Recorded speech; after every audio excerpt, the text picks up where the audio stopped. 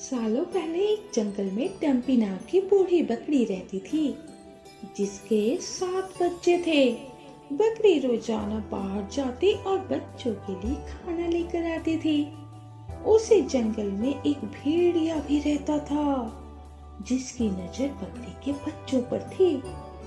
बकरी को भी इसके बारे में पता था, इसलिए वो अपने बच्चों को जंगली जानवरों से बचाने के तरीके बताती रहती थी। बकरी हमेशा कहती थी कि भेड़िया बहुत चालाक होता है और इसकी आवाज भारी और पैर काले होते हैं। ऐसा कोई भी दिखे तो जंगल में तो खुद को बचा लेना। एक दिन बकरी को खाना लेने के लिए दूर जाना पड़ा। उसने अपने सारे बच्चों को बुलाकर समझाया और कहा कि जब तक वो वापस ना आए तब तक घर का दरवाजा मत खोलना। सभी बच्चों ने कहा कि वो अपना ख्याल रखेंगे और माँ को खुशी खुशी विदा कर दिया। बकरी के जाने के बाद ये भेड़िया वहाँ पहुँचा और दरवाजा खटखटाने लगा। बकरी के बच्चों ने एक साथ पूछा कि कौन है। तब भेड़िए ने कहा कि बच्चों, मैं तुम्हारी माँ हूँ। जवाब में बच्चों ने कहा कि हमारी माँ की आवाज इतनी भारी नहीं है, तुम भेड़िया हो और हमें खाने आए हो ना। तब भेड़िया सोचने लगा कि बच्चे इतनी आसानी से हाथ नहीं आएंगे, तो उसे पता था कि शहद चखने से आवाज अच्छी हो जाती है।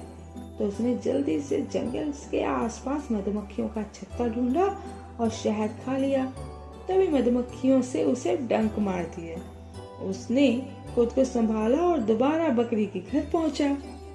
भेड़िए ने फिर दरवाजा खटखटाया और कहा कि बच्चों, दरवाजा खोलो। इस बार मधुर आवाज सुनकर बच्चों ने सोचा कि शायद माँ आ गई है। तभी उन्होंने भेड़िए के काले पैर देख लिए। सभी बच्चों ने चिल्लाते हुए कहा कि तुम हमारी माँ नहीं हो सकती। हमारी माँ के पैर तो गोरे हैं और तुम्हारे पैर तो देखो काले हैं, काले। तुम भेड़िया हो ना। अब दोबारा भेड़िया खाली हाथ लौट गया, क्योंकि बच्चों ने उसे पहचान लिया था। लौटते समय उसे रास्ते में एक आटा चक्की दिखी और उसने जल्दी जल्दी जमीन पर बिखरे आटे को अपने पैरों पर लगा लिया।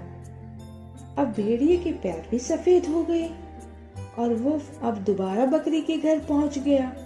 और फिर भेड़िए ने आवाज बदलकर दरवाजा खोलने के लिए कहा।